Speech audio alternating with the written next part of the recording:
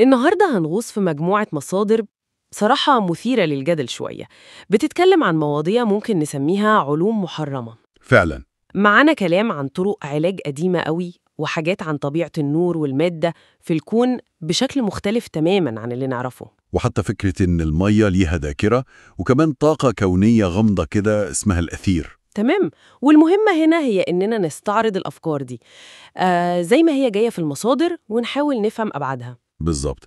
كتير من الكلام ده بيقدم رؤية غير تقليدية خالص للعلم والتاريخ، وده لوحده يخلينا نقف عنده ونفكر. طيب، جاهزين؟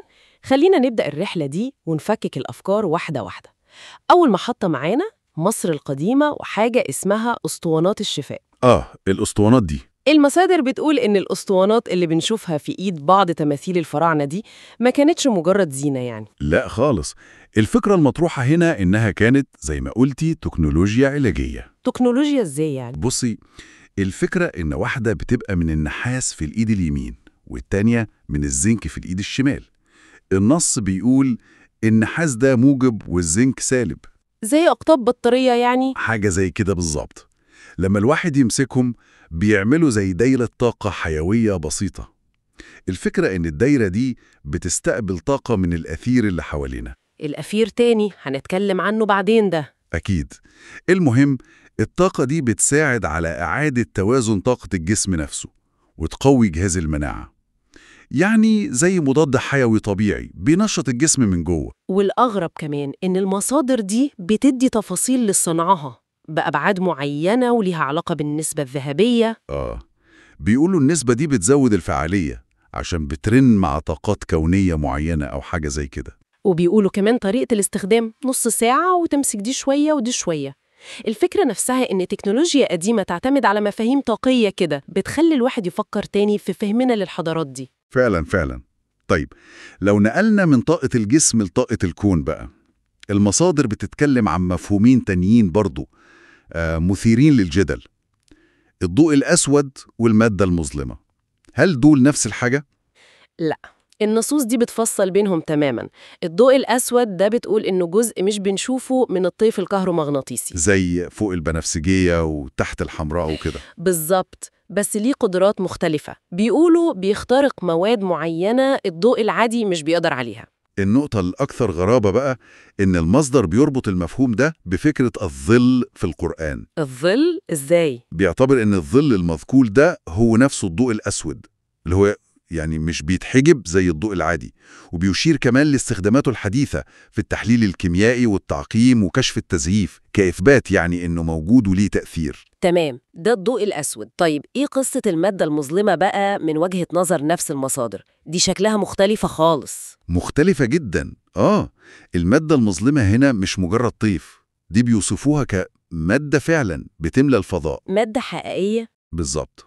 النص بيقدم تفسير إن الليل والنهار مرتبطين بيها، وإن مخلوق الليل اللي هو المادة المظلمة في التفسير ده هو اللي بيحجب نور الشمس عن أجزاء من الأرض فيحصل لليل. وبيستشهدوا بآيات كمان لدعم الكلام ده. أيوة.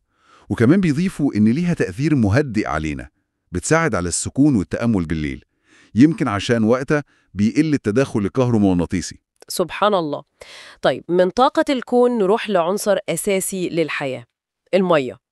المصادر بتتكلم عن فكرة تبدو خيالية بصراحة، ذاكرة الماء. إزاي المية ممكن تفتكر؟ الفكرة دي بتقول إن المية عندها قدرة تسجل وتحتفظ بزي بصمة أو ذاكرة للمواد اللي دابت فيها، حتى لو اتخففت قوي؟ حتى لو اتخففت لدرجة إن المادة الأصلية تقريبا مش موجودة. المصادر بتستشهد بتجارب زي بتاعة العالم الفرنسي جاك بنفنست كدليل. وبيعتبروا إن دي أساس الهوميوباثي؟ بالظبط، العلاج المثلي اللي هو بيعتمد على التخفيف الشديد ده على أساس إن المية فاكرة تأثير المادة. والأعجب بقى الكلام عن إن المية بتتأثر بالكلام والمشاعر والأفكار، دي حاجة تانية خالص. وده بيستندوا فيه لشغل الباحث الياباني ماسارو إيموتو وصور المعروفة لبلورات المية المتجمدة، اللي هي بتطلع أشكال هندسية حلوة مع الكلام الكويس؟ تمام. بيقولوا البلورات بتاخد أشكال منتظمة وجميلة لما المية تتعرض لكلام إيجابي أو موسيقى هادية، وبتطلع مشوهة وعشوائية مع الكلام السلبي أو الموسيقى الصاخبة. بيربطوا ده بالهندسة المقدسة كمان؟ أيوة، النص بيربطها بمفهوم الهندسة المقدسة، وإن الأنماط الهندسية زي زهرة الحياة ممكن تأثر على ترتيب جزيئات المية نفسها. الفكرة دي بتخلينا نفكر، هل وعينا وإدراكنا بيأثروا على العالم المادي حوالينا للدرجة دي؟ سؤال كبير فعلا.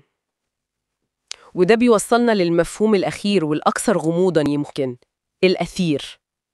زمان كانوا بيعتبروه العنصر الخامس. المصادر دي بتقول عنه إيه؟ بتوصفه كوسط أو زي بحر غير مرئي بيملى الكون كله، وهو الوسط اللي كل الموجات بتنتقل خلاله، زي الضوء والموجات الكهرومغناطيسية. وممكن يكون مصدر للطاقة كمان؟ بالظبط. النصوص دي بتطرح إن حضارات قديمة زي تارتاريا اللي مذكورة فيها كانت فاهمة الأثير ده وبتستخدمه كمصدر لطاقة نظيفة ومجانية وغير محدودة.